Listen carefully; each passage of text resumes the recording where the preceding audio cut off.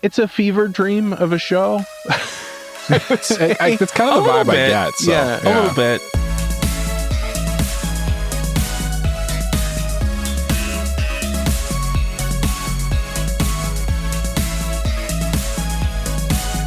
Three of us agree on something, you know it's good. You know it's good. You know it's the right move. My name is Cole. His name is Mike. His name is Dave. We like anime. And this is episode 232 of AniPro. And this week's episode, we are doing our mid-season check-in. So that means I thought it was the episode where we talk over Cole. I like that episode. No. Oh, you're supposed to keep talking when I talk. And it's not talking over if you stop talking. Yeah, well, I'm giving you room to talk over me. Would you like to continue to talk over me? Go ahead. No, I'm done with it. I'm sad now. Someone changed in the doc. I put in the 231 earlier today, and someone changed it. Oh, well, you didn't change the date because it was still I did actually. No, it said May 3rd. No. It was April something, and then I changed it to May 3rd. Oh, I don't know what you're talking about. It says 231 May 10th, which is the time this episode 231 of the AniPro podcast comes out on May 10th. I would like to make a formal apology to the listeners of AniPro. You did not miss an episode. It was me. This is episode 231 of AniPro. Did you say 232 at the start? I did say 232. That's why Jay called me out. Dingbat. Yeah. What a dingbat. That's okay. Yeah. No, I just see what's listed on my thing here, and I just read it. I just read what's written there. Real Ron Burgundy. You read the teleprompter. I read exactly the teleprompter. as written. Yeah. So we're going to talk about the shows that are coming out this season. You know, we're going to talk about some of the shows that we're watching, whether they're continuing or new. Our second half, though, is the real moneymaker. That's where we're talking about the top 10 anime from spring 2026 that you should be checking out midway through the season. We've had enough time to really consider it and tell you what the top 10 shows for this season is. At least, like, this is the unequivocal top 10 shows. Undisputed. There will be no disputing. Are you ready for the undisputed top 10 anime of spring 2026? I said, are you ready? Is that enough hype? You know how hard it was to come up with a top 10? Especially because we split it up amongst each other. So you know how hard it was to come up with the top 4 for me? It was pretty easy. Pretty easy, actually. It was pretty easy. There are a lot of shows this season, a lot of good shows this season. Yeah, but they're not all. Jay's watching a lot top of 10 caliber. Yeah, Jay's like shows. I've faded out of the anime, and Jay, you're swallowing up my will to watch anime lately. Sometimes you're burnt out. Right now, I'm burnt out. It's the beauty of the 3-person hosting thing here. Yeah. Mm-hmm. You know, there's always one of us who's burnt out a little bit. At least the other two can watch some stuff. Because I'm enjoying watching anime. I'm distracted by Minecraft lately, but I'm enjoying watching anime. I was especially distracted today as well, but I was able to get in a couple of episodes before sitting down today. So, what were you distracted by? Yeah, we're skipping what's on your mind, but I'm curious about. We'll do like a mini one because you can't just drop such a juicy little nugget. Just very quickly, I first of all I bought Yakuza 0 yesterday for PS5. Okay. So I'm playing that. Lots of fun. And then also this afternoon I went to see the Michael Jackson movie. I heard it was good, actually. It is pretty good. Really? I've heard mixed things. I know we should always take IGN reviews with a grain of salt, but like they gave it a really bad score, like really bad. And I saw because I looked at Metacritic, and like the Metacritic critic score versus audience score are like the most divided scores you could see. Like I think like critic score is like 30 something, and then audience score is like 96. Interesting. You enjoyed it though? And like I kind of fall somewhere in between. Like I give it like a 6 or 7, somewhere around there. Perfect. I was just going to ask you, what's the AniPro score? Yeah. Consider it? AniPro score, I'd probably say consider it. Yeah. I had a good time with it. Yeah. I'm glad as a society we've decided to kind of come back to Michael Jackson a little bit, I think. Yeah. You know? I will say, I've always been a fan, so. Go ahead, yeah, Jay. I do think that like it's a bit of like a over like rose tinted glasses look at Michael Jackson a little bit. That could be sure. why. Yeah, that could be why there's a bit of a divisiveness on it. I view MJ as like a tragic figure almost. Like That's how I see him A too. little bit. Yeah. Like he was in the limelight at such a young age. He kind of had like a arrested development and just kind of always wanted to relive his childhood. Yeah, well, I Which mean, is he never how I really view got it. one. Me Yeah. too. Yeah, that's Yeah. kind of how I always and viewed he it, had like a very abusive relationship with his father. Yeah. So Yeah. I kind of see him like the closest we'll get to like a human alien, if that makes sense. Because like he basically didn't grow up in a way that like anybody else in humanity has ever grown up. Second closest human alien Yeah. Obviously, number one is on this podcast. Is on this podcast. Yeah, not pointing any fingers. No, but, not saying anything, but one of us is. Yeah, let's just say it's. what are you talking about? Oh, he's Camera glitches glitching out perfectly on He's time. glitching out. Yeah, we got him. We got him. Just when it started working again. All Bad right, timing. That was really good timing, actually. I thought that's funny. Yeah. So I like I Good said, movie though. Yeah. we're gonna forego the what's on our mind here, and we're just because I think what's on our mind collectively would be the anime that we've been watching this season. Yeah, there are a lot of so many good shows. There's a lot of shows coming out this season. Yeah, there are. I'll say something new and fresh. Like there are so many. You can even say a lot of good shows coming out this season. And I agree. I think it's all on all of our minds. So we're excited to talk about it. And honestly, like I personally really enjoy these episodes. Like the seasonal previews are fun.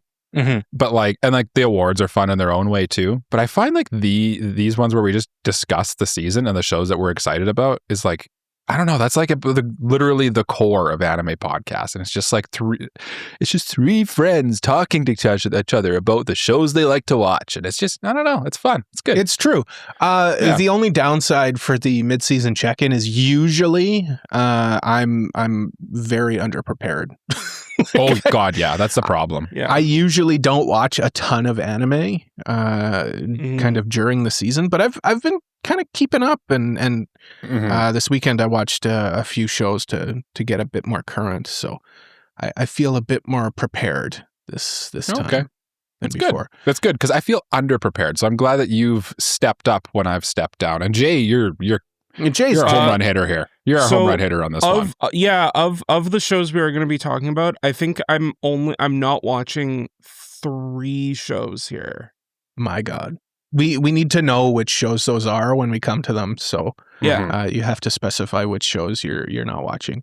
But I think what we'll start with is just kind of the returning anime from this season. I know, Mike, you mentioned like this is a return heavy season for you. Like a lot of the shows that you were kind of jiving with were returning seasons. So yeah. Like when I look through the list, and I feel like me and Jay have opposite takes on this maybe, but I feel like a lot of the shows I'm most excited for are big name returning properties and like kind of lengthy returning properties too. The first one I want to talk about is a show that I've been waiting for a long time.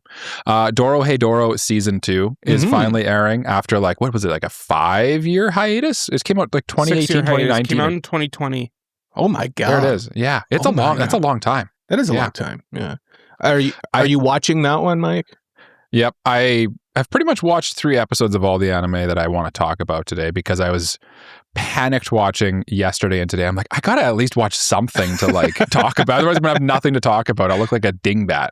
I mean, more of a dingbat. But I'm relieved. I'm very relieved. I was a little nervous because it's been such a long time that like, what are the odds that like MAP has had such huge turnover that I was a little concerned.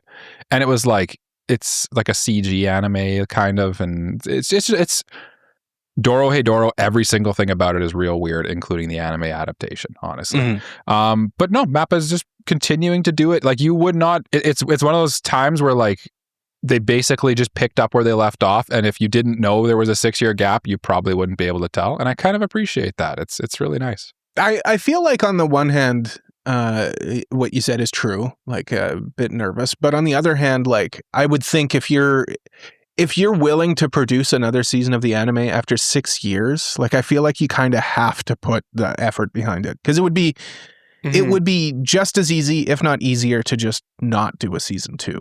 You know what I mean? Yeah. So like I feel like they would put the resources. It's significantly cheaper. Yeah. Takes a lot less time too and effort. Yeah. And like I was like just kind of sitting like waiting for this season 2, and I like had in the back of my mind, I'm like, it's gonna be one of those shows that just like fades, you know, where it's like they announce the season 2, and then just nothing happens, and that's kind of what did happen for a long time. But no, it's here. It looks good. It's fun. It's more Dorohedoro zaniness. The nice thing with season 2 is if you haven't seen season 1, season 1 kind of ends in a nice way, but season 2 basically picks up like where I'd say the main story arc begins, where you really try to figure out what happened to Kaiman to make him who he is, like how he got the lizard head and who he was before, and like basically you unravel that mystery for the remainder of the series. And it won't wrap up this season. There's no way. No. And I have all the, I'll just show off. I have all the manga behind me here. I love this manga. It's great. Very nice. Yep. Now I think Jay wrote this next one here, but I am also watching it. So would you like to speak on the, what is this? ReZero? ReZero season 4. We're back for season 4. We talked about this a little bit in the preview, and I feel like we were a little more down on it than most people probably expected, or the people who like are into ReZero would probably want from from us, who are also, especially me, who's also saying that he's looking forward to it. But I recall saying that like season 3 was kind of maybe a lull in the ReZero hype for a lot of people. I think that's what we kind of decided. It was kind of a down season. Yeah, I kind of fell off the ReZero train a little bit during season 3, which was unfortunate. But so Jay, are we back, baby? Question mark. Oh, we're so back. We're so back, baby. We're so back. So back for season 4. It's so good. It's so good, Cole. So good. So like episode 2 brings back the like creepy sound effect that is in both season 1 and 2. Yes. And the moment I heard that, I was like, oh, we're back. We are so back. I know. We had a Subaru death in like episode 1 or something. Yeah. I was like, oh, hell yeah. Rem is back, baby. We're cooking. Okay, I'm back. We're cooking with gas. So Cole, she's not back, but to bring you in, the whole point of the show is they're trying to bring Rem back. That's the whole point of the season right now. Yeah. I should probably catch up then, because after all, Rem is best girl in that show. And, you're wrong, but I know my friend's tastes, and I know how to hook them. Yeah, you do. Jay does know my taste. He's been coming with heat on the manga. I mean, he's been working on perfecting your flavor for what, 5 years now? Yeah. He's closing in on it. On it. So but pretty soon we'll have the Borg replicate you. There is no point resisting. Pretty soon we'll just be doing this podcast like all automated with me having perfected all 3 of our tastes. So we can just like press a button and go. But ReZero, so it's not just that like there was one death in episode 1 or 2 or that, but like multiple deaths in like very brutal and graphic ways. It really reminded me of season 1. Is what this season's reminding me of. Exact same thing. I was like, this feels like good old ReZero. Like this, it's less like lore dumpy. It's kind of just like they're going on an adventure, and Subaru has to like brute force his way through it a little bit. And I'm liking that. And you have like kind of scary, cool witch villain things going on. And like in one of the episodes when he like does the return by death thing, like he returns in like still a precarious situation. So like. He's not safe. Oh. And like, so like the stakes just felt so high. He looped back to like seconds before he died, and he was like, Yeah. "Oh God, I'm gonna die again like now. I need to figure this out." Yeah. Okay. And if you feel like we're spoiling it for you, first of all, this is season 4. Second of all, this is like episode 2 we're talking about. So it's kind of the main premise of the show is that Subaru died. Yeah. That's interesting though. That is kind of the logical thing that I would do if I was writing a show with kind of that premise, is like, what if you returned back to a point where you were in danger to begin with? Yeah. Right? So I'm glad that they're doing that. Like I he should catch up. knows that it's coming, but it's still like he's right in the thick of it, so he has to act fast.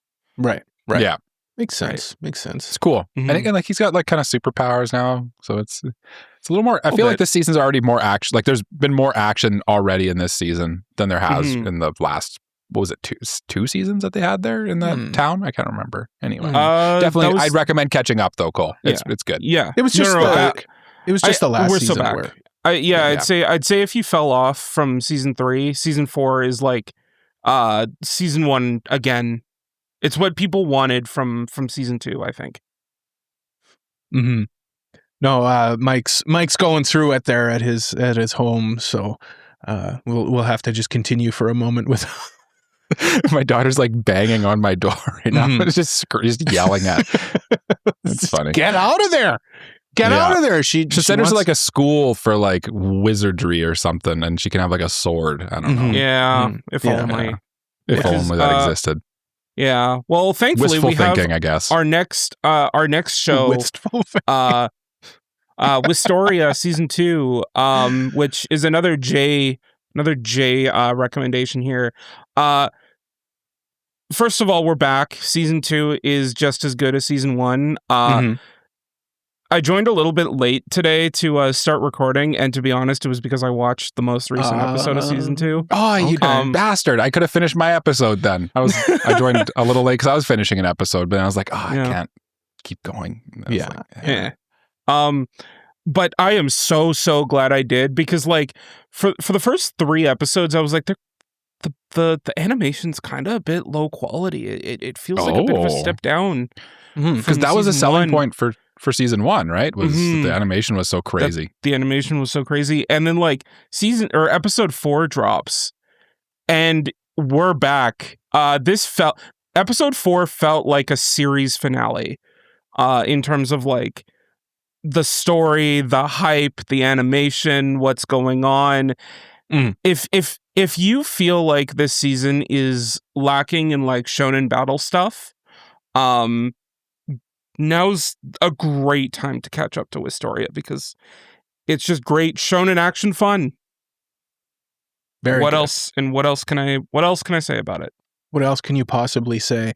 Yeah, I've got I don't know anything about this one. Mike, are you watching Wistoria as well, or did you watch the first season? Wistoria for me is like one of those anime that I would have watched if I didn't have an anime podcast and was like forced to review and like watch shows in each season, you know? Like, because we have to like kind of keep up with the seasons. It's sort of like I have wanted to watch it for a long time, but it's just like I haven't found the moment to slide it into my watch. But I'm like very curious about it, and I maybe at some point this season I just binge the first season and catch up. You know? I could see it happening. Okay. Yeah. So it just seems like my kind of show, to be honest with you. So. I feel like you would like it. It has like a lot of like shonen action, like I said, and also like really good animation. And you also like Danmachi, and it's by the creator of Danmachi. So yes, all of the above. Yeah. Now, Mike, I think the next show on here is one of yours. I'm assuming. No, that's mine. That's Jay's as well. Oh my god! He just said, "Listen, I want to be in a Mike sandwich. Mike's going to put a show.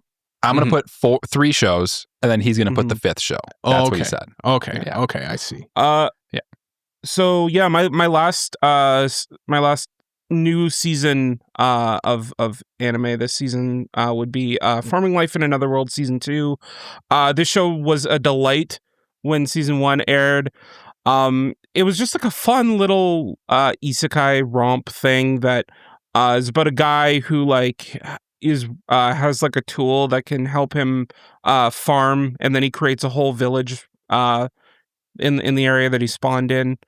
And like a ton of people come in, and he becomes the mayor, and it's just like a growing thing. And this season is basically a continuation of that. But the thing that I loved was in the most recent episode, they host a tournament, like a warrior tournament, and there was like actually some pretty good Sakuga in it. So like, it's a lot of fun. And I didn't expect it to go as hard as it did, but it's a lot of fun. It's very, very cute. Okay. This is definitely one of my comfort shows this season. What kind of farming equipment do they use? Are they like primarily like John Deere people, or do they no. Case International? It's like classic like fantasy world farming gear. Like okay. Yeah, no electrical equipment. So like old John Deere stuff. No, there's no motorized equiment in this fantasy world. All right. Well, you've lost me. You lost me, Jay. Yeah, I wanted some high-end farming equipment, like a big Fendt combine. I mean, he probably like the tool that he has, John Deere, that become the tool that he has basically can become anything he imagines it to be. So technically, he could turn it into a John Deere if he thought of it. He should. I mean, if he's doing farming in another world, like use commercial farming equipment, man, you would become filthy rich in an ancient world where you have modern farming equipment. You would be the most you'd become the most powerful person. You'd be God. You would be God. Well, I mean, like he does have the Demon Lord and dragons and other things just show up at his doorstep and say, "Hey, I heard that I heard that the food that you harvested is really good. I want some." And he goes, "Yeah, here you go." I wish there were dragons and stuff in Farming Simulator. That would be very cool. Yeah. But fantasy farming sim. Ooh. I mean, you could just play like that's a Harvest good idea, Moon, isn't it? Harvest Moon wasn't essentially that. I'd say more Rune like Factory. Rune Factory. Yeah. Oh, okay. Or Harvest Stella was a game that kind of maybe is in that vibe too a little bit. Yeah. So by process of elimination here, Mike, you're the bread in the sandwich. So that means that this final show is your bread. That's right. I am bread man. Jay is meat man. Jay brings the meat. Mike brings the bread, and I bring vegetables. I guess you could have a veggie sandwich, but I mean, who brings the condiments? Oh, I'll bring the condiments. It'll all be mayo. Because he didn't add any here, but he's adding spice to our ingredients we brought. The last one, I've only managed to watch a little bit of this one, but I just want to quickly touch on it because I think, Jay, you enjoy this show too. I don't know if you're still watching it or not, but I haven't watched season 4. Okay, Classroom of the Elite season 4 is the show we're referring to.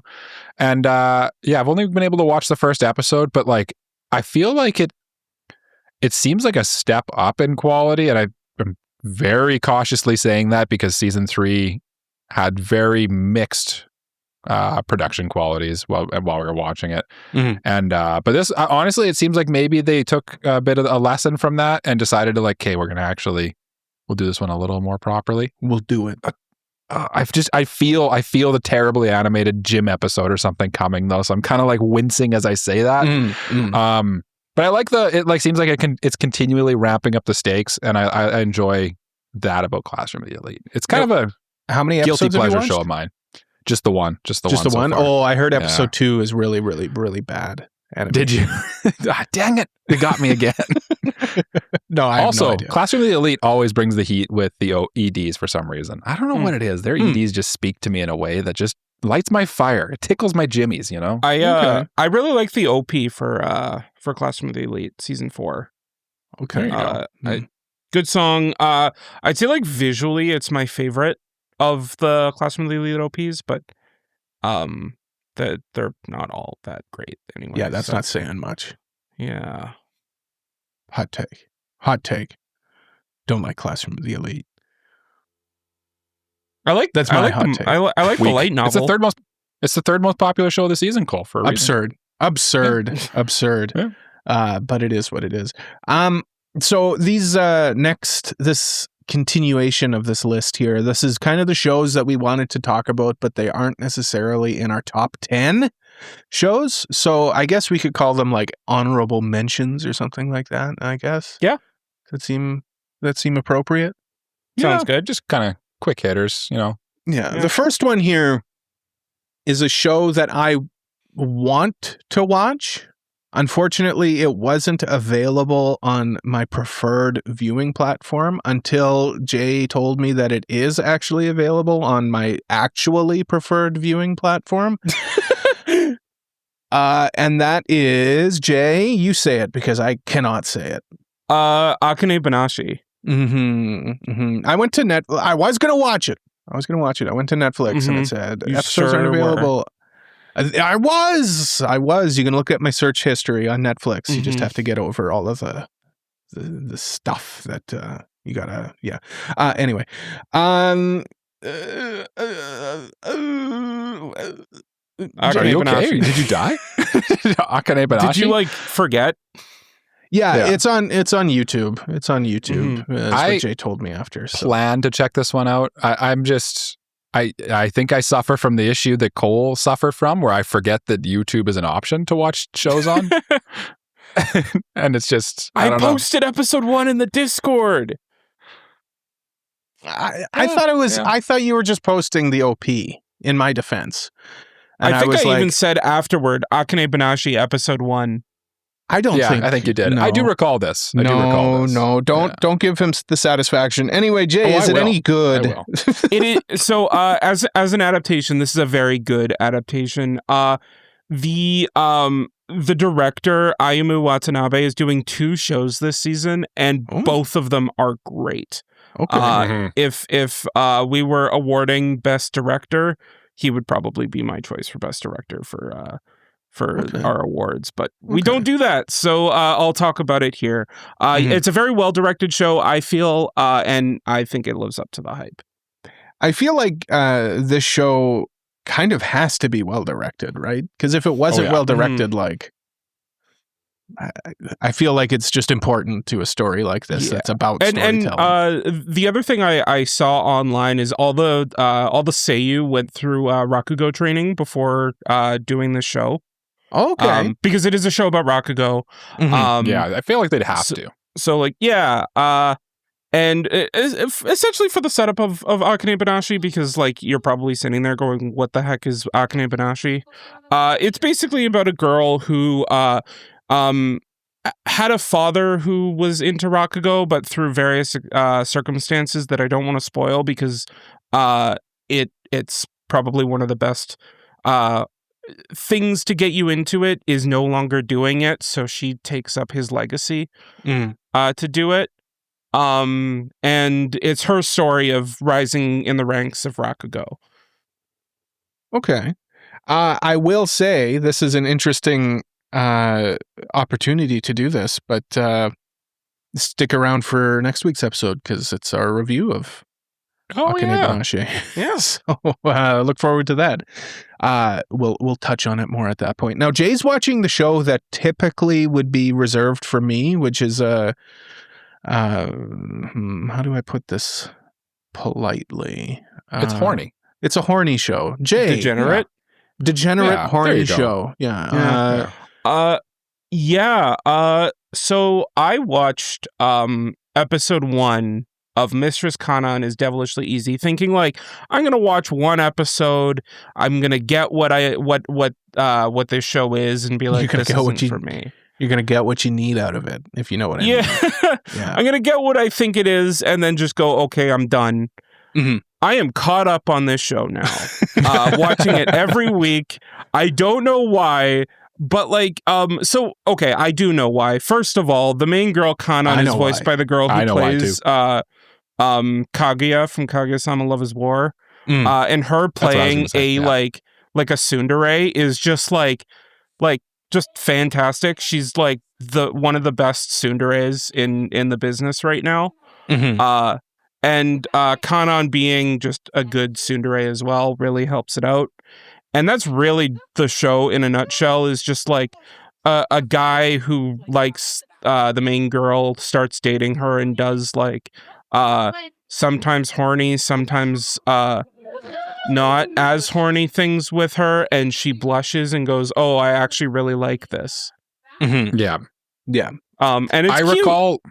I recall before the season this being on my radar as like, this seems like a horny but like very fun show, and like the concept seemed interesting of like the succubus is like kind of shy and like innocent a little bit, but I had a vibe that maybe that might get old, and it sounds like it's not, so I'm happy to hear that.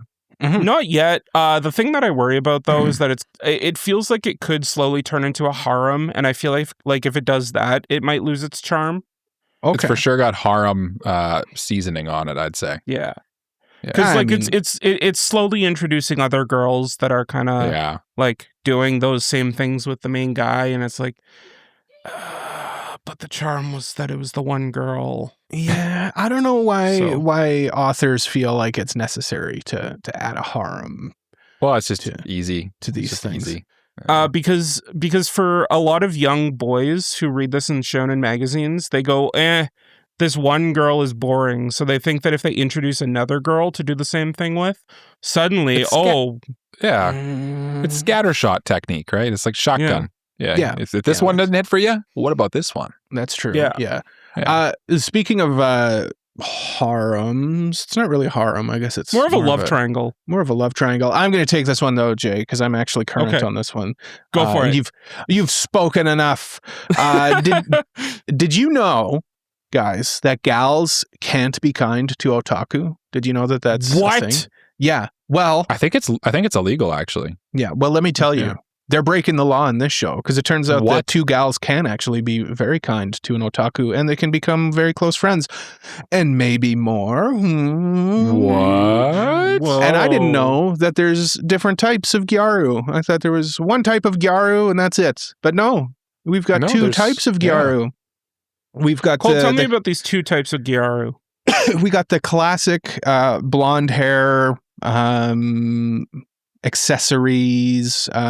Think of like leg warmers. That type of Gyaru, and then turns out the other type of one of the other types of Gyaru is like the Ice Queen Gyaru, which is a thing that I didn't know about. But I'm enjoying this one. I enjoy the chemistry between the leads. The main boy is basically he really enjoys. What would you describe the property he enjoys as? Like Pokemon for like little girls? I'd say like either shoujo or Kodomo Pokemon, but also like Neopets a little bit. Yeah. So he's big into that, and it turns out that one of the other girls in his class is also big into it. No, her little sister is, I promise you. It's for her little sister. But maybe Wink. not. Yeah, maybe not. Yeah, it's just it's a cute show. I'm enjoying it. It's pretty well done too. Like, it's a lot of times with the shows like this, it's pretty much a slideshow. Yeah. And I wouldn't say this one's like breaking any new ground in terms of animation, but it's clean, it's nice, and Mike needs to watch the OP because it is the most K-pop coded OP I've ever seen. Like, honestly, it looks like a K-pop music video. It's kind of crazy. Yeah. Okay. A little bit. I plan to watch this one at some point too, just because like I'm just a sucker for a gal, I guess. I think that's probably the easiest way to put it. I don't know. I find the like Gyaru aesthetic and like everything in anime just so like interesting, and it's just so stylish and fun that I'll be into this show. I will definitely check this one out. I think and so. absolutely watch the OP at some point for you, Coley boy. But Jay, like, what do you think of this show? Are you enjoying this one or? I love it. I read a little bit of the manga before it came out, and it's just very cute. And I feel like it appeals to many a person. Whether you like the like classic Gyaru that you see in like your Marins or whatever have you, like I feel like there's that for you. But if you also like the Tsunderes or like the Ice Queens, like she's also here. So it has a very wide appeal as a romance series, and I appreciate it for that. Mm-hmm. Mm-hmm. Jay, I give the reins back to you for this next one because I don't even know what this is. Yes. This is a anime of a Shonen Jump manga by the guy who made Kuroko's Basketball. This is Kill Blue. Okay. It is essentially about a hitman that gets Detective Conan and starts attending middle school to protect a girl who's part of like a rich family that has people after her. It's a lot of fun. I feel like if you like stuff like Sakamoto Days or a little bit of Detective Conan, I feel like you would enjoy this show. Or one of the shows that's in our top 10, I feel like also has that same kind of flavor. Okay. But the thing that really surprised me about this show is the production of it is like much higher than the trailer or anything else kind of led it to be. So it's better than it looks, I will say. Yeah. And also the OP looks really cool. Oh. Okay, I'll have to look into that one because, like I said, it's a completely. I haven't even seen anything about this one, so I've seen like it to me at the coming into the season. This one I ignored because you usually get these kind of like generic-ish shonen shows like this, and I judged a book by its cover, but honestly, it seems like people are enjoying it from what I've seen. So yeah, I'm curious about this one actually, Jay. It's one of those shows that I feel like you should give like the side eye to, like the that's where I'm at. Yeah. Interesting. What are you doing over there?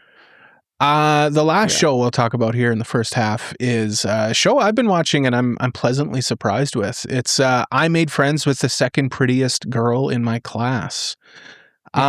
Similar kind of vibe to the Gals Can't Be Kind to Otaku, where it's kind of what's the word? An odd pairing couple, I would say. But in reality, they both really enjoy the same thing, which is basically B movies. They enjoy shark movies is what they both really enjoy, which are like shark versus zombies or something like that. And it's I'm enjoying it. I like their dynamic. And of course, as we move through the story, there's a bit of drama that happens between different characters. Yeah. So it's not just them just watching shark movies, but other stuff is happening. I like that because for me, when it's just too slice of lifey and there's no drama at all, I kind of just end up zoning out and watching it. Like I get bored almost. So I do. My brain definitely needs a little bit of tension for. Yeah, I wouldn't. Tension, no, there definitely is tension in this show. Yeah, I wouldn't say this would be like one I'd recommend to Mike, but check it out. I'm having fun with it. It's one of the ones like I have to watch like as soon as it comes out, just because I want to see kind of what happens next. And the thing I also really like about this show is like they genuinely do feel like friends. Like it's not like that thing where it's just like, oh, we're here because like the show needs us to be friends, but rather like they hang out and like you see them like actually interact like friends would, and that feels fun. Yeah, no, I'm enjoying it. Mike, you quickly added one here, so we do have one final one. I realized I forgot to talk about it in the returning anime, probably because I haven't managed to watch an episode yet. But I'm so excited for Dr. Stone's season, like the finale of it. But I plan to like binge it. It's one I watched with Shazana, and I just straight up didn't have time to watch it with Shazana. Okay. So, but like I know it's going to be good. I know it is good. And what if it's a slideshow? I will miss you. What if it's bad? What if it's bad? What if it's bad? It won't be. What it's if not? What if you turn it on and it's like the animation quality of Stickin' Around, which was a cartoon that Stickin' Around. Continue to elaborate on Stickin' Around. Which was a cartoon that was on when Mike and I were very small children. Real mature Bradley. Remember? Remember? I will tell you, Cole, something. Dr. Stone, I've just looked on AniList. Yeah. Has not got below 80% on a single season. It's almost every season is rated an 81%. Well, It's always good. There are a lot of good. troglodytes out there, so. Well, not everyone has a brain for the scientific fortitudes imagined. At the same time, this this is like the final season of like what, an 8-season show? 1, 2, 3, 4, 5, 6, 7, 8. Yeah, this is the 8th. So like the people who are watching this are people who are like invested in Dr. Stone. I don't think they'll rate it that lowly. But I guess what I'm getting at with that is that like in all that time, there's not been a bad season. In my opinion, so yet I think we're good. I think I'm safe now. Cole, I do see that suddenly a mailbag got beamed into our mailbag here. I see that. Can we dive in real quick? And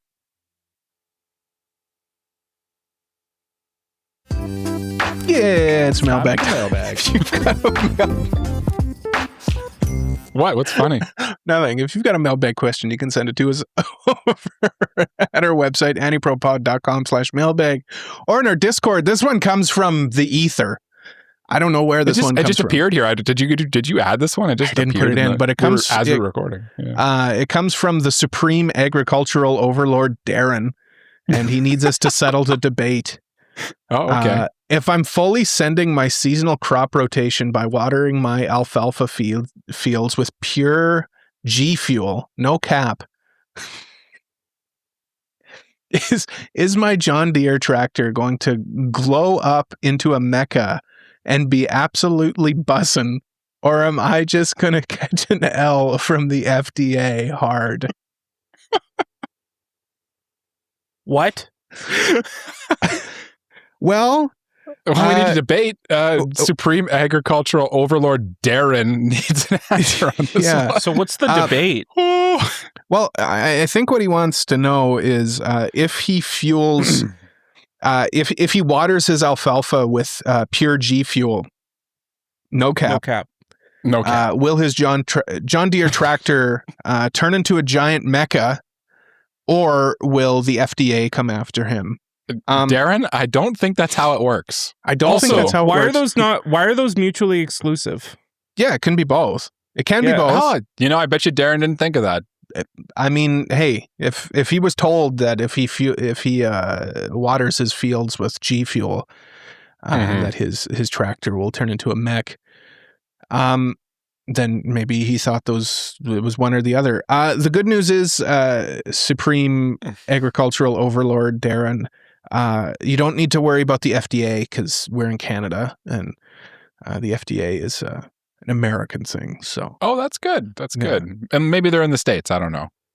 Well, I mean, I suspect they're probably local to us, though. I have a feeling. I suspect they're local to us. I can probably pinpoint exactly where they are. Could you? Probably. And yeah. I think I may have met this person at one point in my life, and this is exactly how he speaks. So I think so too. I think I know who Supreme Agricultural Overlord Darren is, and we'll need to refer to him in the future as such. Yeah. I think so. So also real expensive watering a field with G Fuel. I don't know if you've ever looked into G Fuel. It ain't cheap. It ain't cheap. But you know what? Yeah. Like right now with agriculture and all of that, maybe if you switch out that alfalfa for something like soybeans or something like that. Yeah, soybeans be bussin' these days. Soybeans be bussin' because China needs them. But we've got AniPro asks before we go to the break. Mike, is that true? That is true. But guess what? You don't know if the question I'm going to ask is true or false. That's what I want to know. Is this true or false for the AniPro asks of the week? I picked this one because we have an anime this season done by Hiromu Arakawa, the creator of Fullmetal Alchemist. And this is a question about Fullmetal Alchemist. And the question that you can ponder over the break and get the answer to after the break is, is it true or false that Hiromu Arakawa developed the concept of equivalent exchange because she grew up working on a dairy farm where, quote, if you don't work, you don't eat. Thus, equivalent exchange. You exchange your labor for food, essentially. Well, if she grew up on a dairy farm, perhaps she could also answer our mailbag question for us too. Probably, actually, yeah. It's actually very agricultural themed episode. I like it. So mull that one over, ladies and gentlemen, while we go to this break.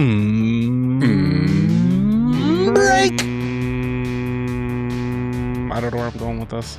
He did the but no break. No break. break. He did. Oh, okay. Oh, okay. Interesting. All right. Or did I?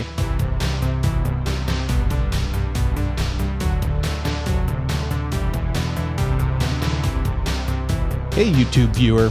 I don't mean to interrupt you during a well-deserved break, but can you do me a real quick favor?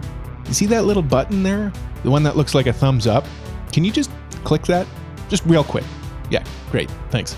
Oh, and while you're down there, can you just hit subscribe? Yeah, like that. Thanks. Oh, what's that? You're not on YouTube, but instead listening to the podcast on... And you want to join in on the fun? Well, if you want, why don't you leave a 5-star review?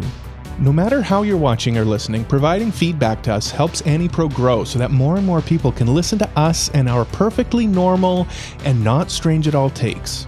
And seeing as you're being so cool, why don't I let you in on a little secret? AniPro has a Discord server where you can talk to the hosts and other listeners about anime and other random topics about, like, I don't know, mayo on hot dogs and stuff. Anyway, thank you so much. What's that? You want to do even more? Oh my goodness, thank you. Well, AniPro has a Patreon where for a small donation you can get access to archived episodes and ad-free episodes. You can get episodes early and even get a monthly bonus episode. I think, yeah, that's it. Listen, I really appreciate you listening to this. I will now reward you with the second half of this episode.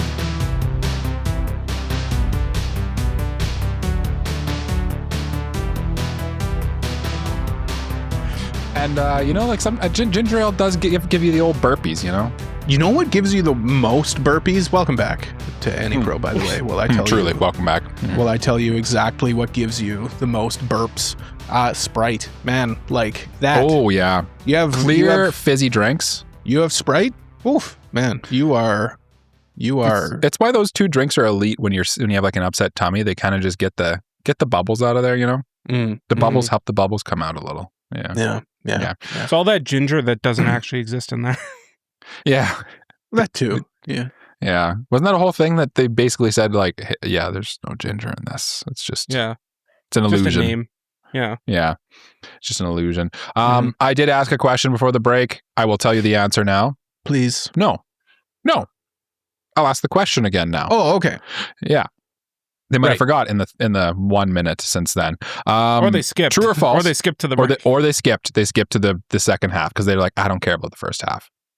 Anyway, the author of Fullmetal Alchemist, Hiromu Arakawa, who is also the author of an anime that came out called Daemons of the Shadow Realm this season, developed the concept of equivalent exchange because she grew up working on a dairy farm where, quote, if you don't work, you don't eat. Is that true or false, gentlemen? Who created Silver Spoon again?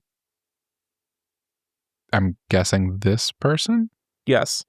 Who voiced Bugs Bunny? Context clues? Who voiced Bugs Bunny in the old Looney Tunes Who cartoons? wrote the Roadrunners theme song? Do you know what Silver Spoon is?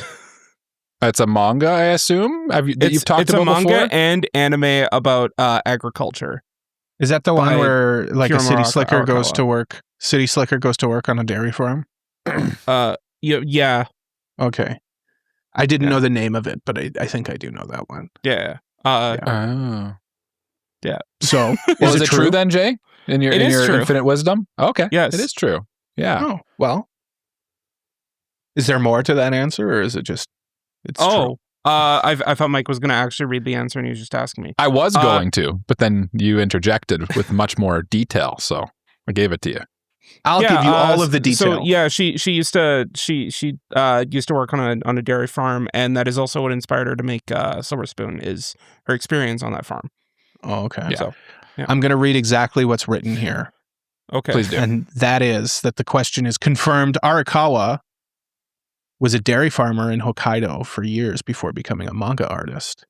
She has stated in interviews that the harsh reality of farm life i.e., life, death, and hard labor, directly inspired the series' philosophy?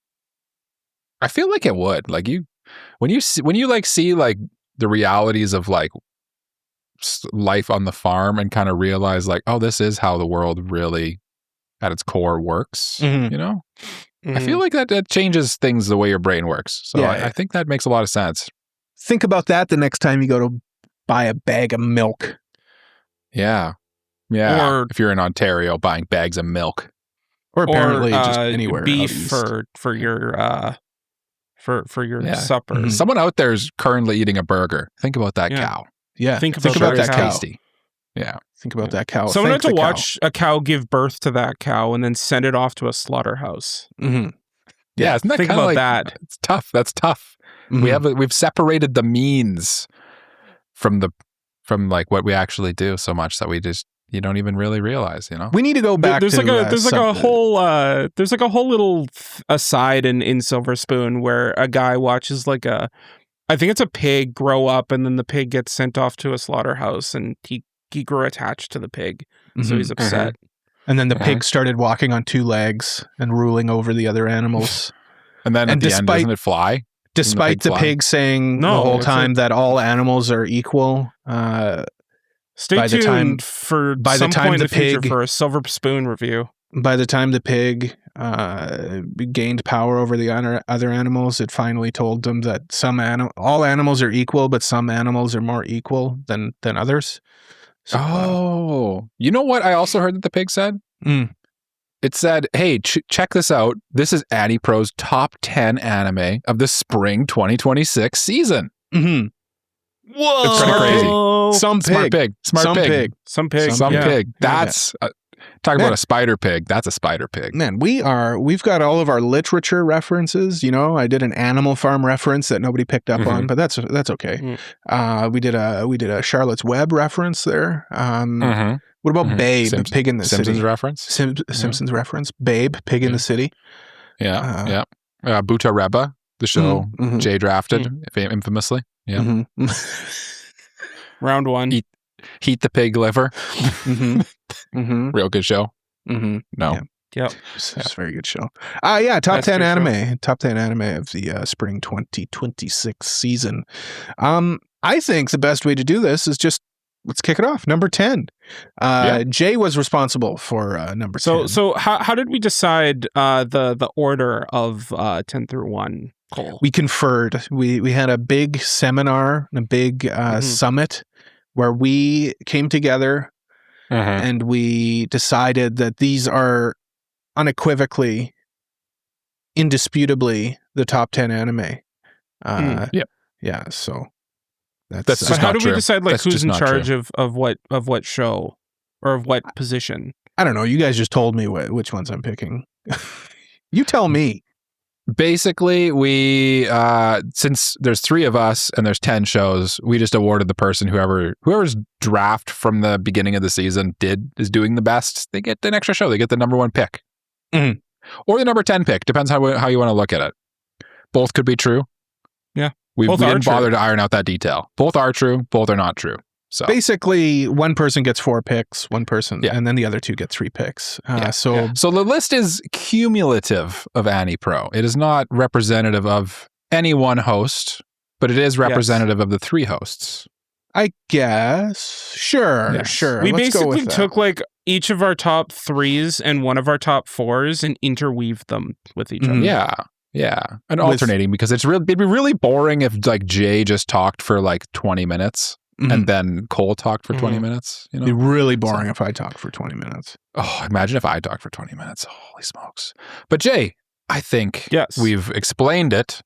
Now you should explain what's the 10th best new anime of spring 2026. Yes. The 10th best show of spring 2026 is a show that is by the creator of another show that aired last season. Another romance show. We've got Ramparts of Ice airing on Netflix. Basically, this is the opposite of You and I Are Polar Opposites in the sense where it's about a girl who like was kind of bullied in middle school, so she becomes like a very secluded person. Mhm. And the whole show is kind of like her meeting friends and warming up to them, in spite of her, or despite her past experiences, and Mhm. watching that ice slowly melt. I think I'm really enjoying Ramparts of Ice. Yes. To open up. If it Yeah, were up to yeah. me, this would be way higher. But unfortunately, it's not up to me. What I would describe the show as is everybody has their own internal dialogue, and you shouldn't just assume that people think what you're thinking they're thinking. Mm-hmm. You think, Essentially. you think you know what I mean? Yeah, like kind of the opposite of the like or kind of in line with what we were talking about with Evangelion last week, where like people have their own interpretation of who you are, and like you might think that people see you in a certain way, but that might not be the case. Mm-hmm. It's in that case, like, it is very in line with You and I Are Polar Opposites. Was that? Yep. Yeah. Yeah. Last season. Okay. Good. I'm not confusing. That's their that with a other different work that Jay was alluding to. Yeah. It in the same sense that You and I Are Polar Opposites is a lot of people overthinking other people's perception of them, essentially, with a more comedic bend to it. Yeah. Where this is more of a dramatic telling of that same idea. Yeah, and the one concern I had kind of coming into this as someone who hasn't watched it is like the trailers kind of televise it as a lot more dramatic. And I kind of was like, it seems like it's missing a little bit of zest out of it, but I've seen quite a few screenshots of it that seem pretty like fun and kind of maybe fun. silly. Yeah, So it's still fun. I'm glad to hear that it's still fun despite being kind of a more serious show. I think that might be a nice line to ride. Yeah, I'd say like where You and I Are Polar Opposites is like a fun comedy rom-com romp with like a little bit of drama sprinkled in. This is like a romantic drama with a little bit of comedy sprinkled in. That's exactly what I was going to say, Jay. Yeah, that's kind of They both have the same DNA. What I mean, though? Do you know what I mean, though? Like, it would be pretty. I find that when it's just pure drama, it can get pretty dry, and like it can become you need that little bit of like icebreaker. Yeah. Especially with like a romance. Was that pun intended, Mike? Needs an icebreaker? No, I'm not that smart. Okay, well, I thought it was good. I thought it was good. Just take credit for it. I mean, yeah. There you go. And Cole, if it makes you feel any better, you said that you would rank this higher. This is my number 4 of the season. Yeah, no, exactly. Yeah.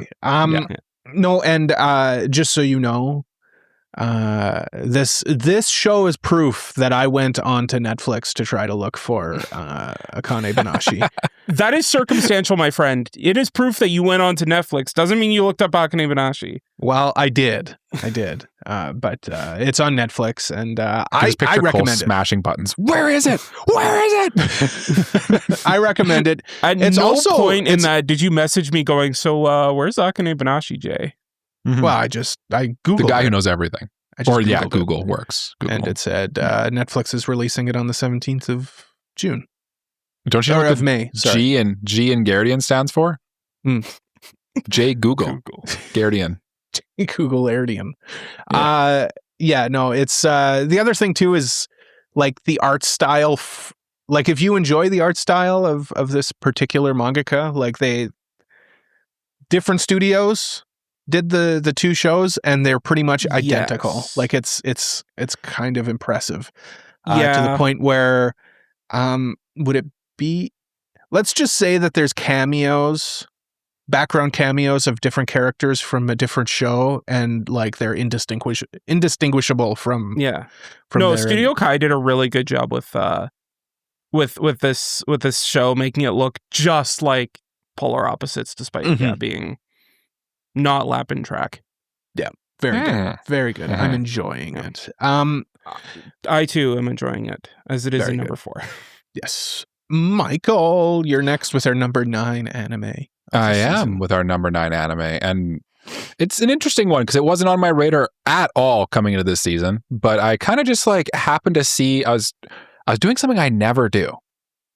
I was perusing Crunchyroll on my lunch break at work, and I kind of was just like looking at the scores of like the shows to see like what was being rated on a Crunchyroll, just kind of like curious. And I saw this one was rated like a 4.9, which is like pretty good. Like Witch Hat this season's a 4.9 out of 10. Yeah, or out of 5. Out of 10 would be bad. Yeah. And I was kind of just like, oh, that's weird. I've never heard of this. Why is it? And I looked on AniList and it's rated like an 80 something or whatever. I'm like, I've never heard of this show. What is happening? And then I kind of watched a couple episodes of it. I'm like, oh, it is pretty good. It throws me for a loop though, because the show that is at number 9 on our list is called Release That Witch. And it is a Chinese ONA, which is why it's not on our, usually we just go to AniList and then look at like the season. But for some reason, Chinese ONAs in general are never in the season, really, I don't think. But especially Chinese ones. And it caused me to overlook them a lot. It's very interesting. It's like, it's, I think, technically an isekai, even though it does not.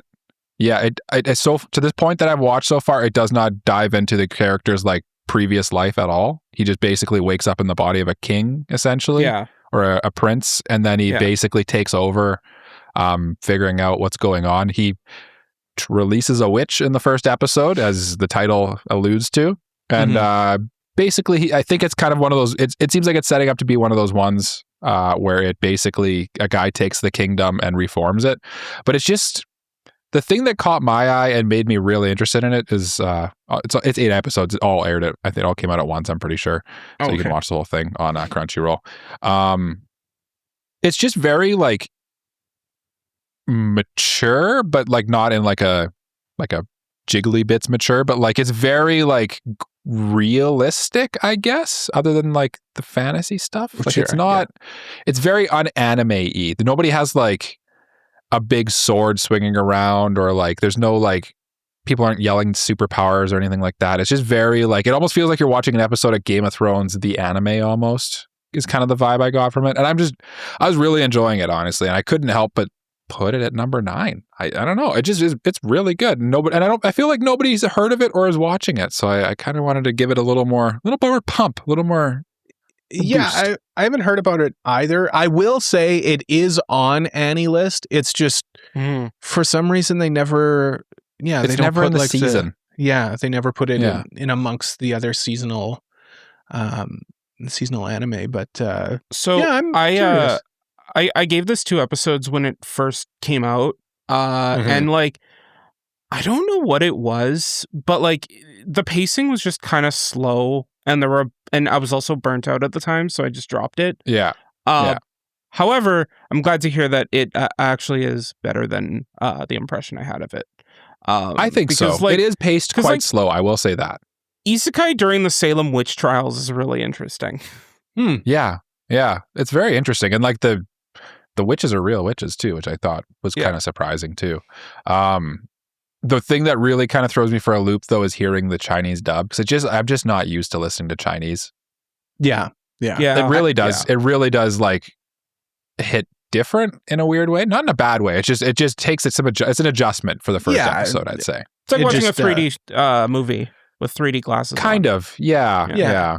I would say check out the first episode and then see if you like it. And if you weren't vibing with it, then you can probably safely not watch it. Okay. But I really vibed with it. So Cole, what did you vibe with enough to put it at our number 8 spot? Yes, number 8. I went with the Klutzy class monitor and the girl with the short skirt, which has a mouthful for a name. But I'm enjoying it. It's a real zany show that I think is carried quite a bit by its presentation, I would say. I think it's a very bright and colorful and fun looking show. Okay. With entertaining characters, I'll say. Like, I don't think it's got the best story in the world. It's one of those shows where they go to a high school where like everything kind of revolves around like the student council, which Like, oh, it's almost like an impossible high school, like Kaguya-sama. Is that the situation? Yeah, that kind of idea. But like, I can't get over just how well done it is. I love the like Ben Day art style with the Ben Day dots. Like it's so pretty. Yeah, exactly. What you're referring to is like the little like comic book style dots. I've never heard the name before, but I think that's what you're talking about. Yeah, I do love that too. Like the art style of this one's definitely I'd say the main draw. Mm-hmm. Also, the OP is a lot of fun. Saying. I just want to say. Yeah. And I'm just looking at like the recommendations here on AniList, and you and I are polar opposites, and Haran-san are the top two, and I loved both of those shows. So very comparable to a Haran-san, just with like these like over the top characters. The main girl is kind of, well, the female cast are really the only ones who are normal, and they kind of get sucked into this like super wacky land of the different members of the student council and their kind of people that surround the student council. It's a fever dream of a show. That's kind of the vibe I get. So, yeah, a little bit. Yeah, in a good way, with a pretty cute romantic pairing. Kind of the odd couple thing, which I always am a sucker for. So, I'm enjoying this one. So, Jay, you're watching this one, obviously. Yes. Yeah. Are you enjoying this one too? I'd say like of the romance shows, I'm probably a bit lower on it than the other ones, but like that's just because there are so many good romance shows this season that it's like, it's like I'm eating too many cakes and I'm kind of getting full. Yeah. Thing. Yeah. You know? Oh no, my steak is too juicy and my bed is too wet. Oh wait, that's not right. Yeah. What? Okay. Yeah, what? Okay. Dry your bed out. I mean, yeah. It's I'll say I agree with what Jay's saying. There's a lot of like romantic shows, like Ramparts of Ice. I'd probably say is a better show than this. I would say so. But the presentation of the show almost gives me enough to continue to watch it, is what I would say. Mm-hmm. Yeah. No, I feel for like sometimes sure. people. Oh, go ahead, Jay. I was just gonna say I think that this is the prettiest show of the romance ones that are airing this season. Probably, I'd say probably the most interesting to look at. Like, I wouldn't call it pretty. Yeah. I would call it like nice to look at. Yeah. Like it has a very unique art style and presentation to it, and that's I think enough to kind of keep me engaged in it. Yeah, and what I was gonna say is that I think sometimes people will say like, oh, it's just a pretty show. It's like Demon Slayer, for example. Like, oh, if it wasn't this pretty, it wouldn't be good. It's like, all right, well, it is this pretty, so it is good. That is like anime is a visual medium in addition to a storytelling thing. Like, both that's part of it. Good. Yeah. But Jay, you're up next with number 7. I am up next with number 7, which is Daemons of the Shadow Realm. This is by the creator of Fullmetal Alchemist and Silver Spoon, Hiromu Arakawa, about a kind of like an old-timey village. There is a guy who like his name is Gyaru, who like will visit his little sister Asa, who's like trapped behind a like in kind of like a cell, and she's been held there for a long time. She's trapped in a suit of armor. Yeah, she's like it's weird. Like they like use this like weird magic system called alchemy to try and bring back their dead mother. It's also weird that in the show they refer to this show as Fullmetal Alchemist Brotherhood. That's it's so weird, so strange. No, but like so there's that, and like he kind of like is like a hunter, and he spends his life going out and like hunting for food, and that's kind of his job.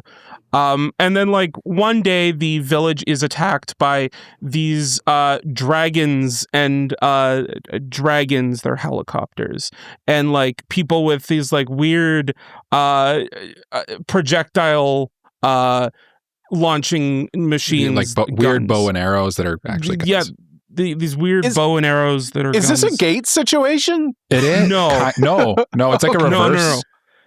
Gate situation. It's not gate at all. Like this all takes place in the real world, like in the world, but the village that he grew up in was kind of like isolated from the rest of the world, so they had no idea that technology advanced. I know, Cole. I discovered this in the first episode too, and I was like, I didn't realize this was like, I thought this was a pure fantasy. It's all in the modern day. It's an urban fantasy almost. Yes. Ladies and gentlemen, I'm learning this in real time. I know. It flabbered my gasts when I watched it. I was flabbergasted. This is, I was going to say, this is a show that's kind of escaped me, not out of like a desire to not watch it. It's just, I wasn't able to watch it because I haven't watched anything and I ran out of time. That is a super. What was that M. Night Shyamalan movie where the twist at the end was that the whole thing takes place in modern time? Was it like The Village or something like that? Maybe. Someone out there is yelling at us right now. You idiot! It's blah blah. But interesting. That's super unique and cool. I'm into that. I'm gonna watch this. And then you'd like it actually, Cole. I think, but I think you would like it. And it's very clear that Arakawa has like a very like grand plan for everything, because like the story kicks off like right from the start, and it doesn't get into like a monster of the week thing at all that like Fullmetal Alchemist kind of does. And more so just like the story starts and we're off the ground running. Okay. Kind of thing. Yeah. Or we hit the ground running. I love the characters. It kind of has that Fullmetal Alchemist vibe where like it blends serious and comedy really well. I love the power system of like the Daemons being like two different things, and like one's the opposite of the other. Or like in like Gyaru's case, he has two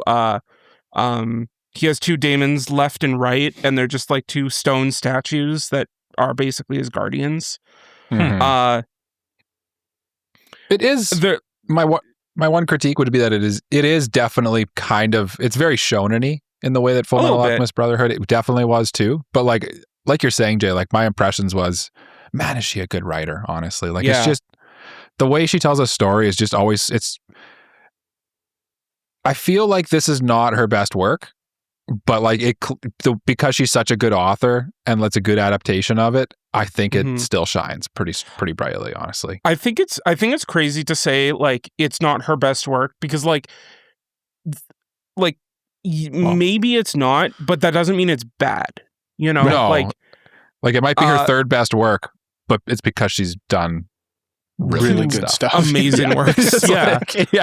Like where one might consider like Fullmetal Alchemist Brotherhood and Silver Spoon like a 9 out of 10 or a 10 out of 10. This is like a 7 or 8, but that's still really good. Incredibly solid show. I think this show is great, and if you like Fullmetal Alchemist, or if you want something else by Studio Bones Film, which I think Studio Bones Film is doing a really good job this season. They're gunning for some awards. I think they're doing a good job. I would say definitely check this show out. It has a lot of like it's so intricately planned out, and I'm so excited to see where it goes. Yeah, very cool, very cool. Mike, you're up next. I am up next, Cole. Thank you for moving it to me. I will talk about. You're welcome. A show.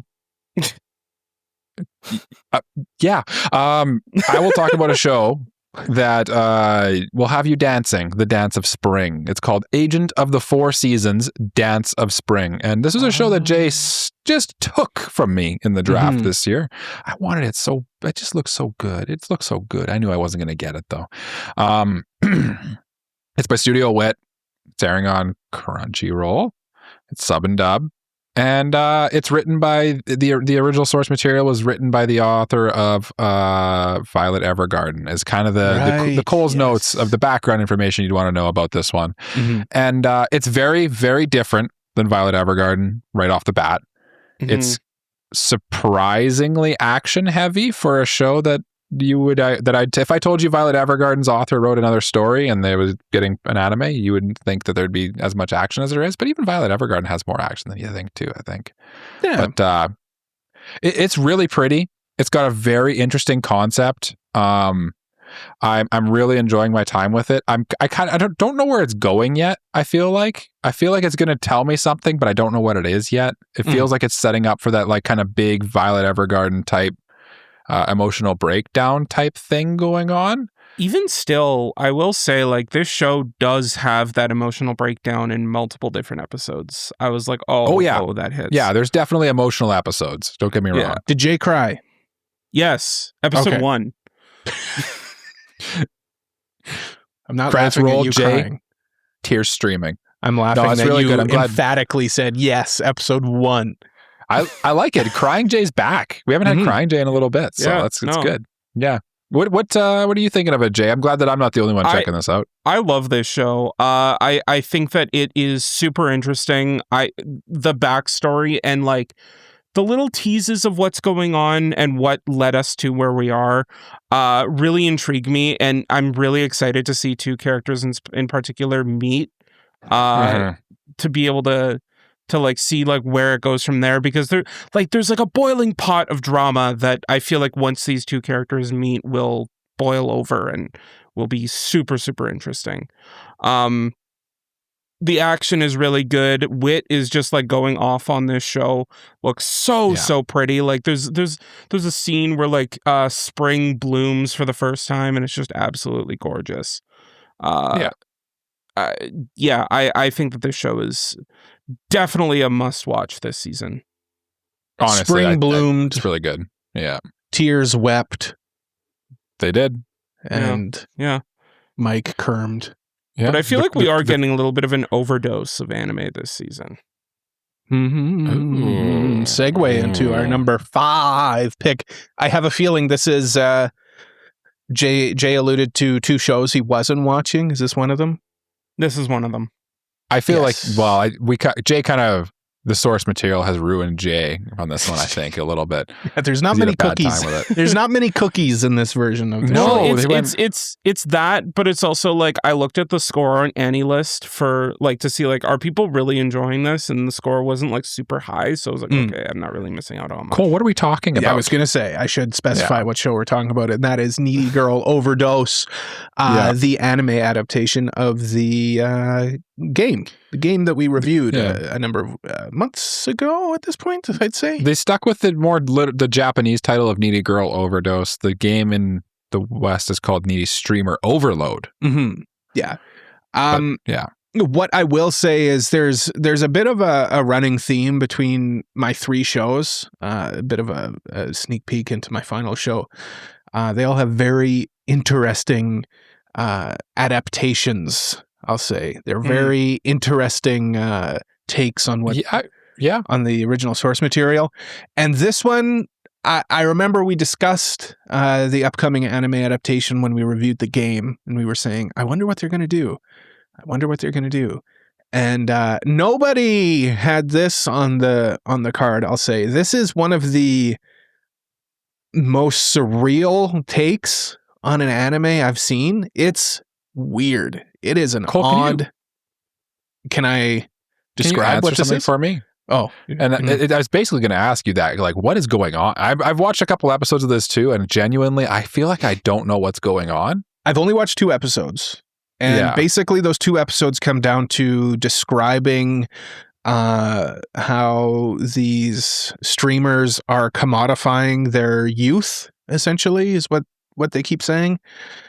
It's very heady. It's a very heady show. It is a very cerebral show. It is a very Shaftian show. I was going to say, it reminds me of like Monogatari a little bit. The direction of it is very Shaft, which I was pleasantly surprised with. It is, I don't even know how to describe it. It is just weird. It is just a weird show. It is Denpa. Lots of like title cards with like text on them and stuff, and like very like weird cuts and interesting soundtrack. And it's, if nothing else, a very interesting show. Yeah. Very like stark editing as well. Like it'll go from like some crazy song to just like someone screaming. Yeah. It is very jarring, which is what I would expect from this as well. Like I said, it's very denpa. It is denpa to the nth degree, and that is a term that we used when we reviewed the game. Basically, it's a genre where they kind of discuss like the like a mental breakdown of people due to like the modern state of things. It's super interesting. I don't know if I like it. See, that's the thing I feel too. It's like I'm not sure if I think it's good yet, but it's like super interesting where I'm kind of like watching it like it's interesting. Yeah. Like I think it's worth the watch just to go through it and try to figure out what you see in it, because I feel like I it's agree. Evangelion-y in that sense too. It's a very strange show. Well said. Well said. It's weird. I don't know what's going on. Well said, Cole. Well said. Yeah. No, like honestly though, like it's I turned it on and I was just like, I'm curious to see. I remember like basically the same thoughts that you had coming in, where I was like, I'm curious to see how they do this, because like the game, if you haven't played the game, it is super unfriendly to adapting into an anime. Like there's kind of like there's like a gameplay loop of just basically playing through a short story essentially, and it's just this girl streaming in her bedroom, and it's like that wouldn't be a very good anime. And so they like brought in all these other things and kind of brought in the original creator to write stuff, and then kicked the original writer off the squad. And it's just like, what's going on? They brought like the original music people who did the music for the game. And then it's just like this bizarre, strange anime. And I kind of like it, but I don't know if it's good, but it is good because I kind of like it, but I also don't know that I like it. But I kind of do like like that's why I said, that's why I said well said. Cause it's like, I just genuinely like it belongs in the top 5 just because it's like so unique. Listen, people should check it out. You should check it out. And let me just say, I know I always bring up OPs. It's kind of my shtick. Yeah. Just watch the OP to this. I think if you watch the OP and you're like, okay, I'm interested. I feel like even the OP itself is like pretty much like condenses down the sense of the show really well. It's a wild ride, and so far I'm still white knuckling myself onto the ride. I don't know how long that'll last, but I'm still here. It's very intense. It's very intense. I get that. Yeah. Jay, number 4. Number 4. Welcome back. Thank you. I feel like I got a little bit of a break there, having basically talked about every other show, or had something to say about every other show. It was a nice little break, but I am back. Look, so for number 4, honestly, like there is an argument to be made about me making my number 1 and number 2 shows like 1A, 1B, because they're both really good for different reasons. But for the moment, my number 4 show is Nippon Sangoku. It is a show that during our draft, I avoided because I was a little wary of, but I was ready to keep an eye on it, and if it was good, I would jump on it. Yep. And then I heard it was good from episode 1. And I was like, oh, okay. So I checked out episode 1. It's really good. Yeah. Like I remember in the pre-draft process looking at it and being like, this seems super ambitious. I'm going to just keep some distance, but like definitely observe it. I think that's the move. Yeah. And it definitely, I regret not taking the leap now because it looks really good. It's people are such a good show. With like Cole, you were talking about like shows that had like very interesting art direction and stuff like that. This show is that. For a little bit of like a summary of the plot. Essentially, it's about a guy who it's set in a post-apocalyptic Japan where the country has kind of split off into 3 different nations. And the main character and his wife live in this one that is kind of under the rule of like someone who's not the most benevolent. And because the guy's wife says something slightly off, she does not get off lightly.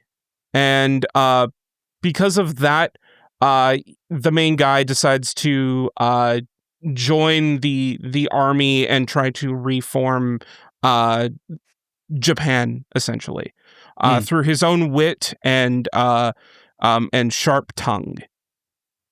Okay. So it's not battle heavy, but it is very it is very like cerebral in the sense of like it's a lot of strategy and a lot of like cunning. But it's not one of those cunning shows where like to make the main character look smart, everyone else is dumb, but instead like everyone in the show feels smart. Everyone in the show has their own agenda and their own like strategy, and the main character is just kind of trying to work around that with a bunch of different like factions and sub-factions within those factions, because there's like 3 different countries or like 3 different like territories or whatever. This show's super, super interesting. I feel like of the shows that are airing this season, this is probably the most like underrated, under the radar show, but the people who are watching it know. And it is a damn shame that it is on Amazon, because I feel like more people should check this out. The good old Amazon prison. And I will say that like I look at it, and the second highest tag that most fits with the show is politics, which like it feels very apt. Like it feels like a very heavily political show. It's got a message and it's going to tell you it. We'll see how that message pans out, but it definitely, it has piqued my interest, and I'm hoping to at least check it out by the end of the season. For further accolades on like, okay, why should you check this out? First of all, the show looks gorgeous. Second of all, the OP is done by Tatsuya Kitani. Third of all, the soundtrack is done by Kevin Penkin. Yep. I mean, come on. Also, your description of it immediately reminded me of Golden Kamui. A lot like Golden Kamui. Which is the number one recommendation. And I enjoy Golden Kamui. I'll probably check this one out. I know you've recommended it to me, but like, you know, you being able to talk about it a little. Yeah. You being able to talk about it kind of triggered me more than you just saying, check this out. Yeah, I think the political aspects of it will probably, and like the philosophical aspects, that combination kind of is something that all 3 of us can kind of unite on enjoying. And particularly Cole, you like the military, like political aspect stuff. So I think you'll like it. Yeah. I think I will too. I think both of you will like it, honestly. I think so too, because I'm a sucker for a stylish show too. So yeah. My first thought in terms of like visuals was Ping Pong the animation. Reminds me a lot of that visually. Just like for all those and that, like, this is more so of a 1B for me, but still like I feel like you kind of had to go with the number 1, which we'll get to obviously, but I understand why you went with the 1A 1B. I'll check this one out for sure. Mike, you're up next though, number 3. Yes, indeed. And the number 3 show for AniPro is a show called Marriage Toxin by Studio Bones Film, who we pumped the tires earlier in the episode. It's airing on Crunchyroll as well. It's in sub and dub as well. And kind of like I said with Nippon Sangoku, like I'm a sucker for a really stylish show, and this show sure is stylish. Basically what Marriage Toxin is about is like this dude is like it's your like kind of your Spy Family setup, where a dude's like a master assassin, or like what's the other one about the assassin who runs the shop? Jay, help me. Sakamoto Days? Sakamoto Days. Yeah, it's kind of like that, except he's like kind of handsome, but he's just very awkward. And then he just basically like figures his sister's like about to get married off, and he's like, well, I don't want you to get married off against your will, so I'll do it. I'll get married, and then I'll make it so you don't have to do that. But he's like never ever thought about romance before, and so he basically like gets help from this like marriage swindler person who like basically is like a con artist, and they just like basically hijinks ensue, essentially, is the summary of the rest of the anime. And it's just like I put this one as my highest, most recommended new anime of the season, just because I feel like it's, other than our number one show, the most like broadly appealing. I feel like you could show this to pretty much anyone and they'll have fun and like understand the concept, and like it's just like such an accessible show, and like still being good at the same time and being interesting enough for someone who's like, you could watch this having watched 10 anime or watched 30 anime or watched 300 anime, and you'll still have a good time with any of them, any of those levels of experience. And I think that says something about a show, honestly. And yeah, I'm just having a great time watching it. This one I think I'm caught up on, honestly. And it's just, me and Chizena sat down one night and just, I just was like, I'll just put this on. We'll just watch an episode or whatever. And then we basically just binged and caught up. And it was just such an easy watch. So have you checked this one out, Jay? Curious. I have. I'm caught up on it. But I'm very curious before I talk about my thoughts, because this is another one of those shows that has a K-pop like OP. Yes. And I'm curious on your thoughts on the song and the OP. I don't remember, to be honest with you. I think I remember liking it. Let me be clear. My two hosts here are much more fond of OPs. I am a frequent OP skipper. So come for me with your pitchforks, if you will. I watched it once and then I skipped it every other time, Jay. I remember liking it, though. Even weekly? You still skip them? I'll skip during a binge. During a binge, I'll usually watch it the first time, but sometimes weekly, too. Yeah, I feel like I've seen it already. I don't need to see it again. I don't know. It's kind of my thought process. I feel like it's a real banger. Unless it's a real banger. Yeah. Capital There's no B, wrong way. capital G. Yeah. There's no wrong way. Unless Mike's doing it, then it's... Unless I'm doing it. Honestly, then it's incorrect. It's valid. I even skipped the Ava OP when we were binging it for the last thing, which is... I skipped when I feel binged. like that's... Yeah. It's okay. The marriage toxin, Jay. Cole, I'm assuming you haven't checked this one out. No. I think you'd like it, honestly. It's silly. It's silly and fun in the way that you'd like. Jay, please reveal your thoughts on our number 3 show, Marriage Toxin. I'm current on the manga as well, so like I knew what was going on and like what the show is about. And the main thing that I was looking for when watching episode 1 of the show was how well they were going to adapt it, and I think that Bones Film is doing a great job of adapting this show. It looks very pretty in its fight scenes. I think that like the voices for all the seiyuu, I'm assuming the same thing for the dub, are well casted and I think suit the characters. And I think that like all in all, it's a very, very positive shonen romp. I don't think it's like my favorite show of the season because it is just a shonen romp and there are a lot of like really good stories and dramas out there. But I still think that if you do like shonen battle stuff, this is a good show to check out. Yep. I think that's a good summary, honestly. And I would agree with you. I don't think it's the best show of the season. I think your number 1 show is the best show of the season by far. But I think it falls into the camp that I would call like net third best, if that makes sense. You know what I'm net third best. like I said, I think almost an anime fan of any walk of life can watch this one and enjoy it, and that I think that earns it their third spot in this. You used the term broad appeal, and that's the broad appeal nature of this one kind of bumped it up for me.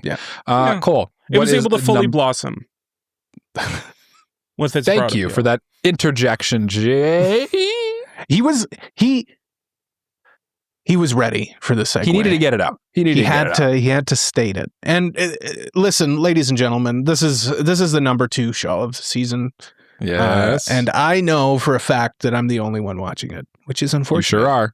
I don't know about Jay, but I definitely have not checked it out. I haven't seen anything yet, but like I'm like on the fence. Botan Kamina Foley Blossoms when drunk. Into the before we start Kamina. talking about it. Botan Kamina Foley Blossoms when drunk, and I know why Jay is thinking about it, and that is what makes this show so interesting. We reviewed the manga recently, and we all kind of said the same thing generally. It's kind of a fine. It was fine. It was fine. Yeah. Very, very fine. Very fine. Now, what if I told you, not only is it a good adaptation of the show, it is doing something that I have never seen any other show do. Whoa. And that is, there is no overall director to this show. There is no person helming it. Each episode is helmed individually by separate directors and allowing them to make whatever they want out of that episode. That's kind of a smart way to tackle this show, actually. That's kind of cool. It makes it so much more interesting than it is otherwise. I mean, it's a cute Yuri show about a girl drinking, and when she drinks, she gets a little bit more flirtatious with her friend or whatever. Just look up screenshots between episode 1 and episode 3. They are night and day. It's so funny too, because like so many people were like, "Oh, the budget must have like gone out the window after episode 1," and they had to put out a statement being like, "No, that was intentional. It's supposed to look different." Each episode looks different, and it really makes me want to watch each episode separately just to see like, okay, what's this one going to look like? What are they going to do with this? It's so unique and cool. And I think, like I said, like all 3 of the shows that I picked just have very unique adaptation styles, and this is unique just in general, like to almost any anime I've seen. To just not have a director. You're selling me on it a little. So that sounds very interesting. Yeah, and each episode director helms it. It was jarring at first because I thought the same thing. I got to episode 3 and I'm like, what the heck is going on? Like, this looks completely different. Like even the art style? Yes. Yeah. So it's kind of like a in-studio version of like a Star Wars Visions or something. Yeah, almost. kind of. A little bit. Or like it's the same Tatsuki studio. Fujimoto collection or whatever. It's the same studio, but like just the style of the story that's being told and the art style, like we alluded to. I don't know if I personally would have it at number 2. Like there's probably other shows that we've talked about that I would have higher than this. But I think it's worth checking out. Also, as is a requirement whenever I discuss a show, it has probably the second best OP of the season. I really like the OP. It reminds me of like a 90s music video. It's a very cool. Pretty OP, to be fair. The chorus drop gets me every time. The chorus drop gets me every time. And I'm here for it. I'm enjoying this. I think you guys should check it out. I probably will check it out eventually. I think there's one OP that there's one OP that I saw today. There's one OP that I saw today that I think is better. I'm curious which one it was. Well, we're going to talk about it in a minute. Okay. What I'll say is if you are an anime fan in terms of like animation fan, check this out. That's what I'll say. Just even from like an academic standpoint, it is such a cool, unique watch. Also, I love that the voice actors for Bocchi and Nijika play the 2 main leads, which is I'm here for that too. It serves your fan fiction. It serves my fan fiction.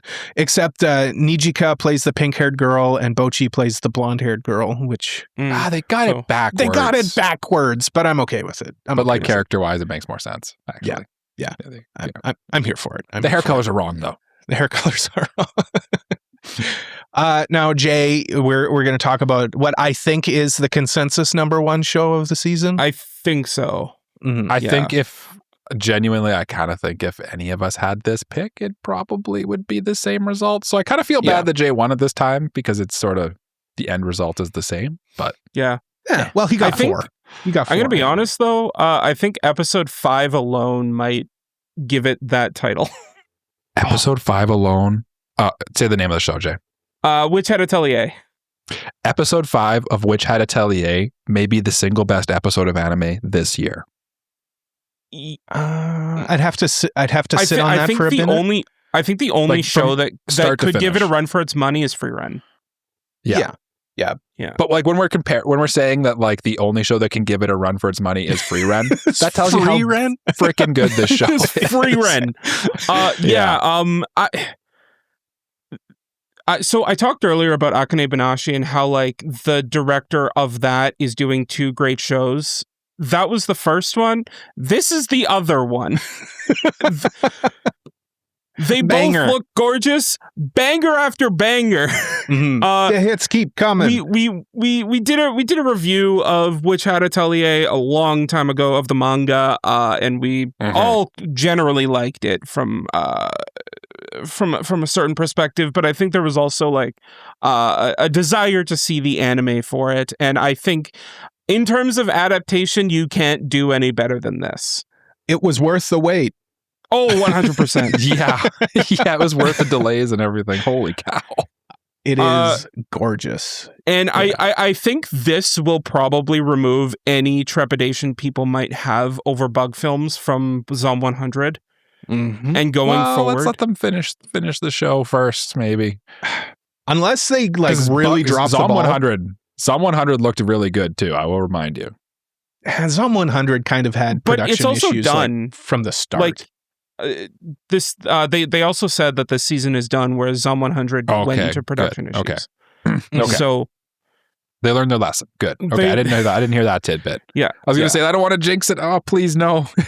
Please no. I don't want to wait to December to watch the rest of this. But if it's done, then I think it's safe to say that that this honestly though, like it could be Blue Lock season 2 and still be good. Cole is freaking out. Cole, what do you have to say? Montreal won the series. Oh, let's go. Congrats, Cole. Congrats.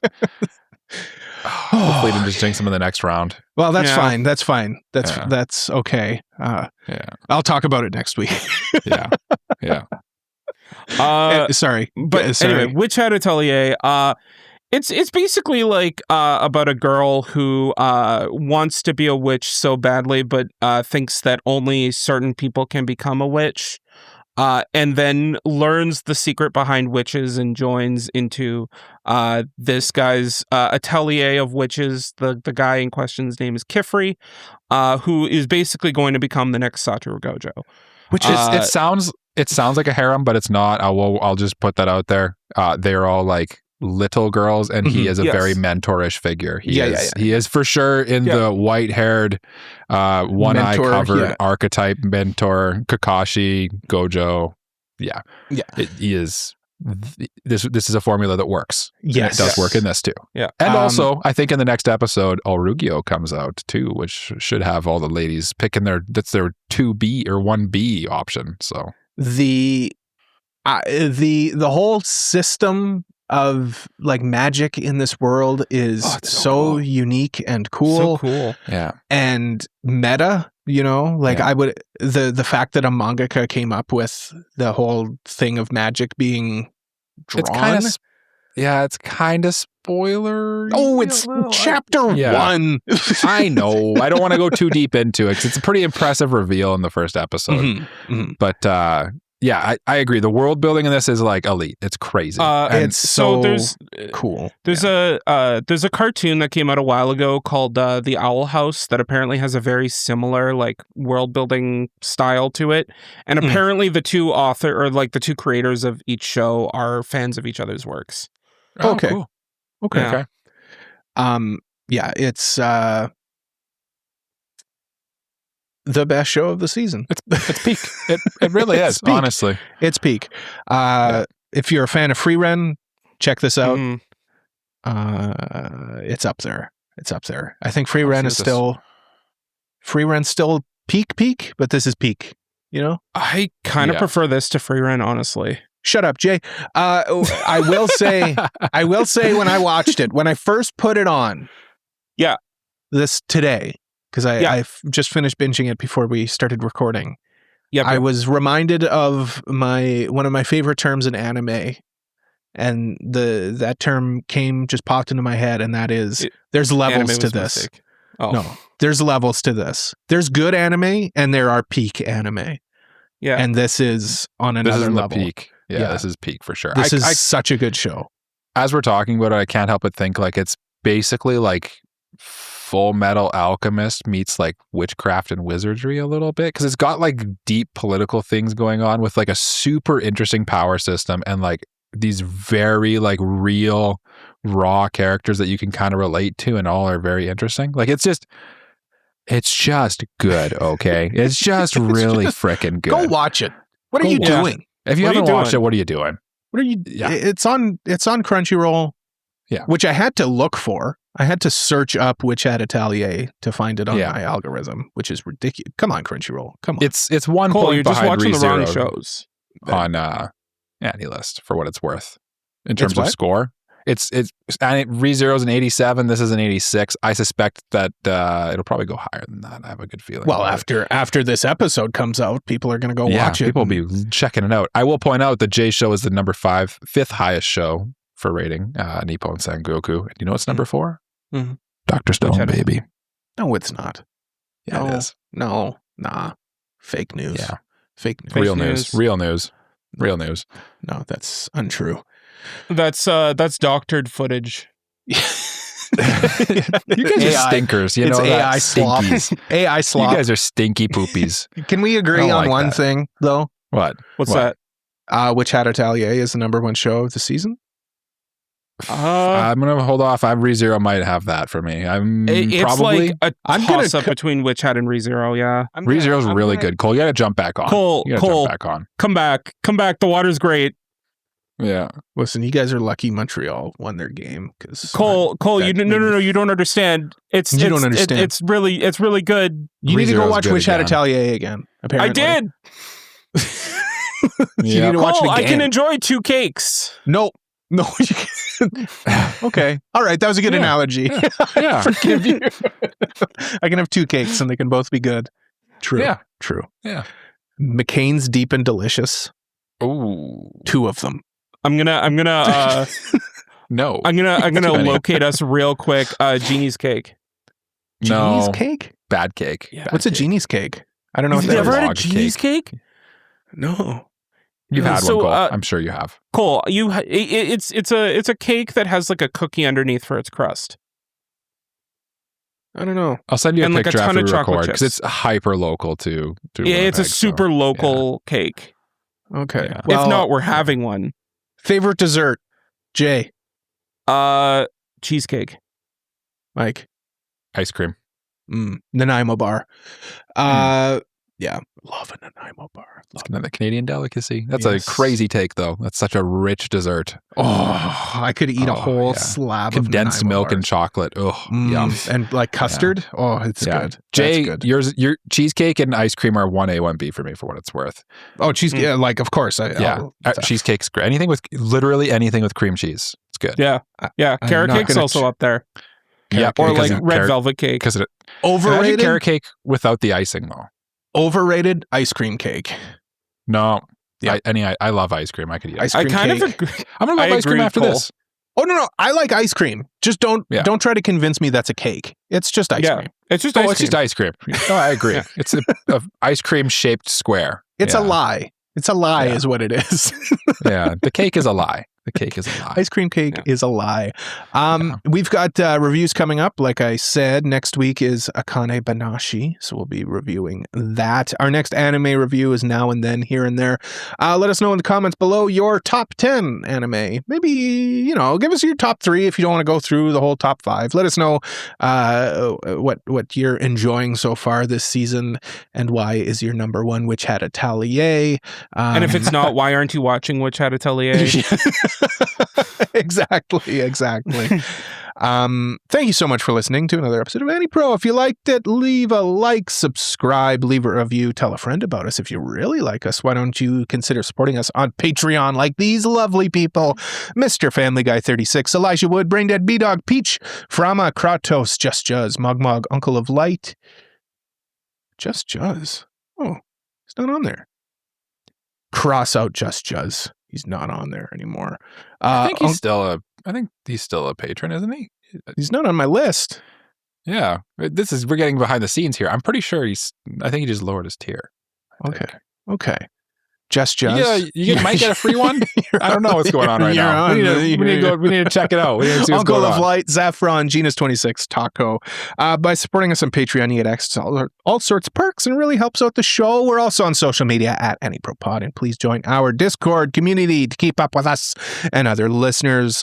Links to everything is in the description or on our website, AniProPod.com. Michael, my friend, please lead us in a round of bye-byes. Ah, yes, Cole, my friend. I will lead us in a round of bye-byes, and I'm glad that we've answered Supreme Agricultural Overlord Darren's question. Mm-hmm. And I will settle the abate. Don't put G Fuel on your crops. Those crops will become contaminated with too much Riz. Okay? Have you ever seen them? Bye-bye. You have to finish that now. Have you ever seen the movie Idiocracy? Yeah, no. No? Okay. I'll tell you later. Bye-bye. Bye-bye. Whoops. I'll put it in post. Now I'll press a button. Press the button. Press the button presser.